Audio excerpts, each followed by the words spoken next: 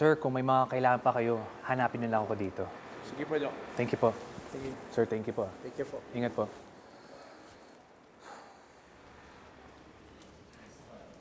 Luke! Anong nangyayari? Bakit may mga pulis? Nagpatawag ng pulis si Sir Pepe para maumpisa na yung investigation sa nangyari kay Dr. Tanyag. What? Bakit hindi kami informed? I have no idea. Pero hindi mo na pinapasok ni Sir yung mga pulis sa loob para questionin si Dr. Tanyag. Baka lalong ma-stress. But Sir Pepe and Doc Ray is already inside to gather all the information they can get kay Dr. Tanyag. Hindi ba sila masyado nagmamadali? Ikakagising lang ni Daddy. I know. Pero baka by now, may naalala na si Dr. Tanyag sa mga nangyari sa kanya. Ang gusto lang ni Sir Pepe ay kung may mabanggit si Dr. Tanyag na suspect, ay mahuli na agad. Mabuti na rin may mga pulis ngayon. Ganun. Sige. Thank you, Luke, ha?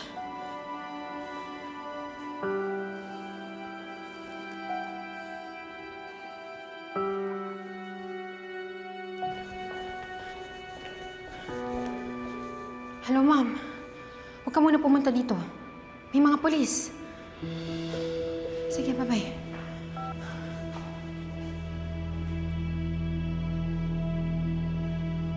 Sabi ni Zoe, may mga pulis na doon sa Apex. Ako, ano na kaya nangyayari? Eh, hindi siya sumasagot ng telepono eh. Naku, paano kung naalala ni Robert ang lahat? God. Pwede ba, Moira? Huminahon ka na muna.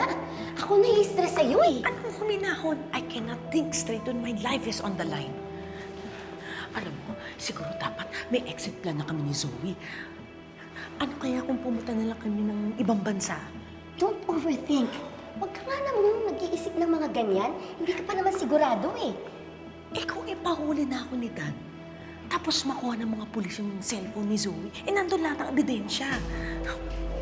Teresa, ako, tulungan mo ako. Aarestuhin nila ako. This can't be happening to me. I can't do this. Moira! Ito na nga ba sinasabi ko eh. Halika na. Uwi na muna kita.